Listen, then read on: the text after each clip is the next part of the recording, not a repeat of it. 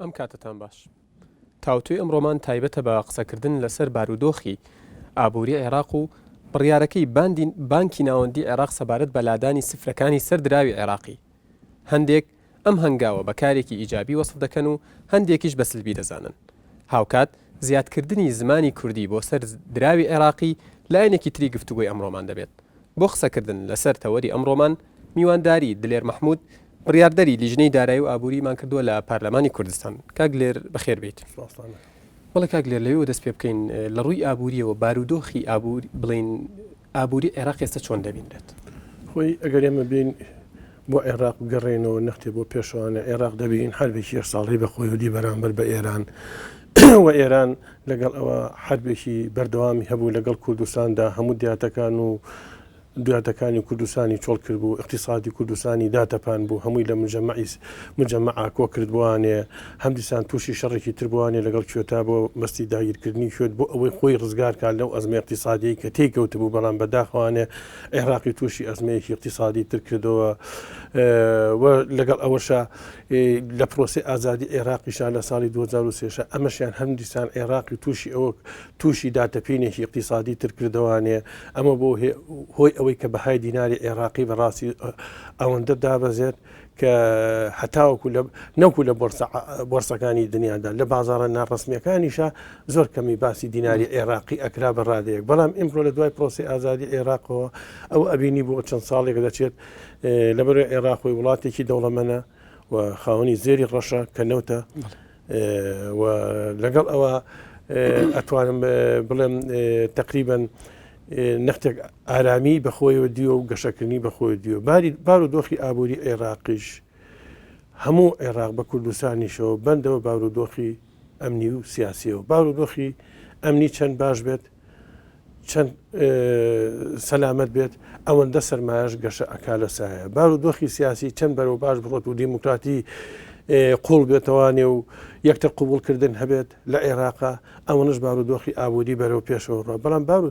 بارودۆخی ئەگەر بێت و بارودۆخی ئەمنی و سیاسی لە عێراقا ناجێگیر بێت بەڕاستی بارودۆخی ئابووریش ناتوانێت گەشە بکات و گەشە بکات و بەرەو پێشچوونی پێویست بەخۆیە ببینێت. بڵێ کاگلێر وەکو دەزانین لە سەردەمی ڕژێمی پێشوودا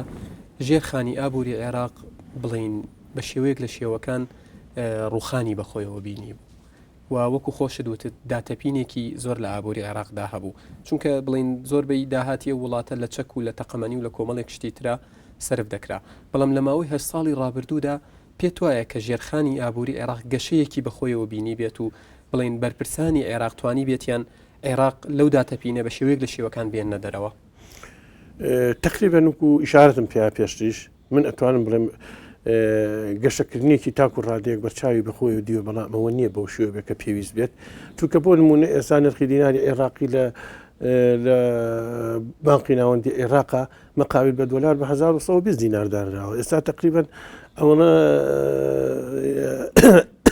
عفو بە 1920 دۆلار دانراوە ئێستا تقریبا ئەوەی فەرق نییە لە چاو بازاڕا و لە چاو نرخەکەی کە بۆی دانراوە اینجا لەبەر عێراقیش خۆی ئیشارەتمان پێ وڵاتێکی نەوتیە زەری ڕەشی هەیە و لە هەمان کاتیشا وڵاتێکی کشت و کاڵیە زەیوزارێکی بە پیتی زۆر هەیە لە کوردستاندا و هەروەها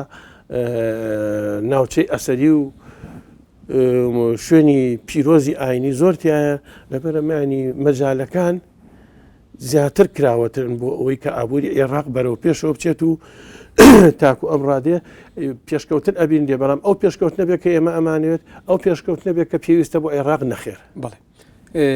لە ماوەی ڕابردوودا بەرزبوونەوەی نرخی نەوت لە جیهاندا کارێکی وای کرد کە داهاتی نەوتی عێراق بە ڕێژەی 34% زیاد بکات وەکو دەزانین لە بودجەی عێراقدا کورتهێنانێکی زۆر هەیە لەم ساڵدا پێت وایە ئەم زیادبوونی داهاتە کاریگەری لەسەر و کورتێنانە هەبێت و بە شێوەیەک لە شێوەکان نەیهێڵێت حتمماً خۆی ئێمە کورتێنانمان هەیە کە کورتێنانمان هەیە بە تایبەتی لە سیستەمی اقتصادی ئیمڕۆی ئێمە کە کورتێنانە بە شتێکی ئەتیادی بەڵام ئەو زیادکردنی زیادبوونی نرخی نەوت دنیاداوە لە هەمان کاتیشە ئەبێتە هۆی زیادبوونی داهاتی عێراق ینی ئەبێتە هۆی ئەوەی کە داهاتمان بە ئیژمالی لە ئەخیرا زیابێ ئەو داهاتە کە زیابوو حتممیان پێویستە خۆی لەسەر حکوومەتی عێراقی پێویستە بەشی ئەگەر هەمووشنەوێ بەشێکی بۆ پڕکردنەوەی ئەو کورتێنانە بێت کە هەیە. بڵێ لە بڵێن پار ساڵ لە ساڵی 2010دا ئابووری عێراق وەکو ئابووری ناسان دەڵێن داڕوخانێکی گەورەی بەخۆیەوە بینیوە و چاودێرانیش دەڵێن هۆکاری سەرەکی ئەم داڕوخانە بۆ ململانێ سیاسیەکان و ناجێگیربوونی بارودۆخی عێراق دەگەڕێتەوە. لەم ساڵیشدا دەبینین بە هەماشی و ململانی سیاسی هەیە و بارودۆخی ئەمنی عێراقیش بە باش وەصف ناکرێت. ڕاستە ڕەنگە کردەوە بڵێن توتیژ و تیرۆریستیەکان کەم بوو بێتەوە. ئایا ئەم ساڵیش بڵێن ئەم مەسلەیە کاریگەری لەسەر ئابووری عێراقدا دەنێت؟ مەسلەی بڵێن ناجێگیری باری خۆی ململانی نێوان لە سیاسەکان تاکو و ئارامی و جێگری بارودۆخی سیاسی هەبێت، تاکو و دموکراتی قوڵ بێت، تاکو یەکتر قوبوڵکردن هەبێت، تاوەکو بواری ئەمنی باش بێت و کردەوە تیرۆستەکان کەم بێتەوە ئەوە ئابووری عێراق بەرەو پێشەوەچی. ئەمە نەزەریەکە لە هەموو دنیاوە هەیە. ینی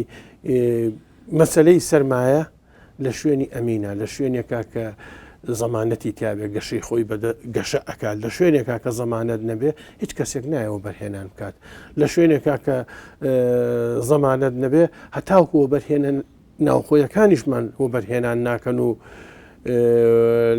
هەوڵنادن بۆی ژێرخانی ئابووری چ لە بواری کشت و کاڵیا، چ لە بواری سەناعیات، چ لە بواری نیشتەجێبوونە بەرەو پێشەوە بەرن و بێتە هۆی ئەوەی کە هەلی کار بڕەخسێنێ، بێتە هۆی ئەوەی کە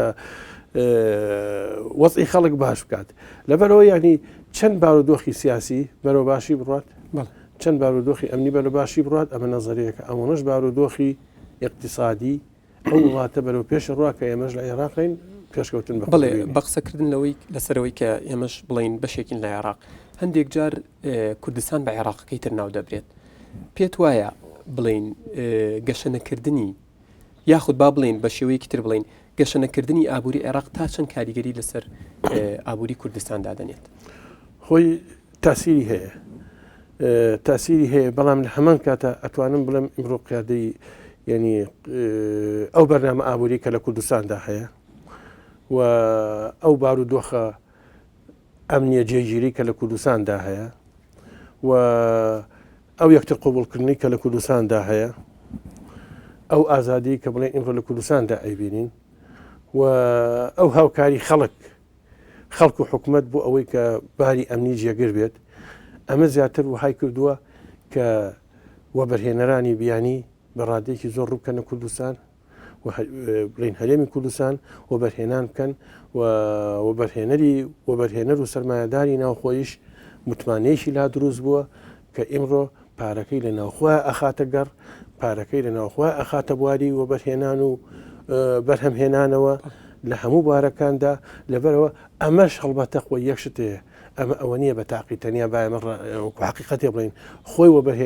وەبەرهێنەرێکی بیانی بێتە ئەم وڵاتەوە بڵێ وەڵاوە هاە وەبەرهێنەرێکی بیانی ئەگەر بێت و لە کەناڵە حکومیەکانەوە نەبوو بێت کە باسی کوردستانیان بۆ کردبێتن، پیاوێکی وەبەرهێنەر یاخود پیاوێکی سەرمایهداری بیانی کە باسی کوردستانی بۆ ئەەکەی وازانێ بەشێکە لە عێراق بێسا پڕە لە ئاژاوە و پڕە لە تیرۆر و کوشتن. هەڵبەتە ئەم دەورە هەبووە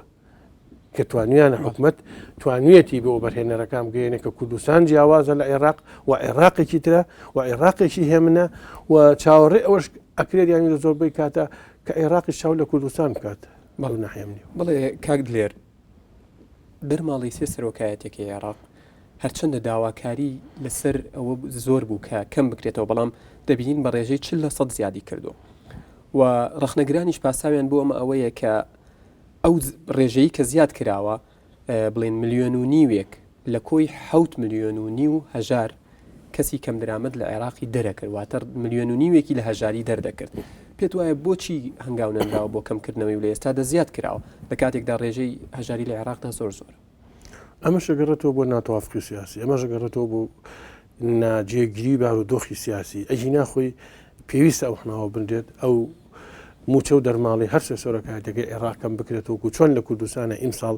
لە هەرێمی کوردستانە لە بودجەی ساڵی 2011 ئێمە لە سەدا 10 موچەی پلە تایبەتەکان لە بەڕێوەبەری گشتی بە ڕۆژوو تاکو و ئەچێتاندا پەرلەمان تاکۆچێتە وەزیرەکان تاگۆچێتە جێگری وەزیر مستەشارەکان سەرۆکی ئەنجومەنی وەزیران سەرۆکی هەرێم دادوەرەکان هەمویانمان کەم کردوانێ کەم کردوێتەوە لە ساڵ دەی موچە کە بۆ شوێبێنی نەمانوتۆ ئێمە هاوتای بکەینەوە لەگەڵ موچەی عێراقا بەڵکو لێمان کەم کردوێتەوە ئەمەی کە ێساشەیە و من بە پێویستی شێزانم چەند ئەو تەرشیقانە بکرێتەوە لە ناحی مالیوانێت چەند ئەو کەمکردنەوانە بکرێت ئەوەنە خەڵک ئەوەنە ئابووری عێراق گەشەی پێەکە ئەوەنە خەڵکی ئیسفادەی لێ ئەکات ئەوەنەش پرۆژەکان زیاتر ئەبێت بە تایبەتی و پرۆژە خزمە گوزاریانی کە خەڵک پێویستی پێیەتی. بڵێ کاک دلێر لە ئێستادا بانکی ناوەندی عێراق ڕەزامەندی نیشان داوە لەسەر لابردنی سفرەکانی سەر دراوی عێراقی بڵێن لەو کاتە 25,000 دینار دەبێت بە 25 دینار کاریگەریە سلبیەکانی ئەو سفرانە چی بوون؟ خۆی بڵین بەشویتر لە حەج وڵاتێکە تاکو فی ئەی پارە بڵین کاڵێ دینار دینار 5 دیناری 10 دیناری 25 دیناری 50 دیناری 100 دیناری تاکو فی ئەی زیاتر هەبێت ئەوەنە بەهای ئەو پارەیە دائەبەزێت یعنی بڵێن قۆی شرایەکەی دائەبەزێت کە قۆی شرایی دابەزی مەقابل بەچی مەقابل بە دۆلار کە ئیمڕۆ عملەیەکی ڕئیسی و لەسەر بووەتە پێوەرێک بۆی کە زۆربەی وڵاتانی دنیا لەسەر دۆلار کردوانە بە پێوەرێک بۆی بزانن قۆی شیرایی پارەکەی خوان پارەی خوان بەهاکەی چەندە. ئێمە ئەم سفرانی کە ئێستا لە عێراقا ئەوترێ لا ئەبرێت و ئەمە چەند تەئسیری ئەبێت بۆ سەر ئابووری عێراق چەندەها بۆ چوونی جیاوازەیە چەندەها بۆ چوون هەیە ئەڵێت ئەمە لەم کاتەیە مادەم بارودۆخی ئەمنی و سیاسی عێراق ژێگیر نییە بۆ شوەیە کە پێویستە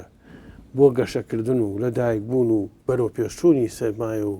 ئابووری عێراق لەبەرەوە ئیمڕۆ پێویست نییە شتێکی زۆر زەڕور نییە ئەو سفرانە لا ببریان لا نەبرێت لەبەرەوە زۆر تاسیر ناکاتە سەر بەهای دیناری عێراقی و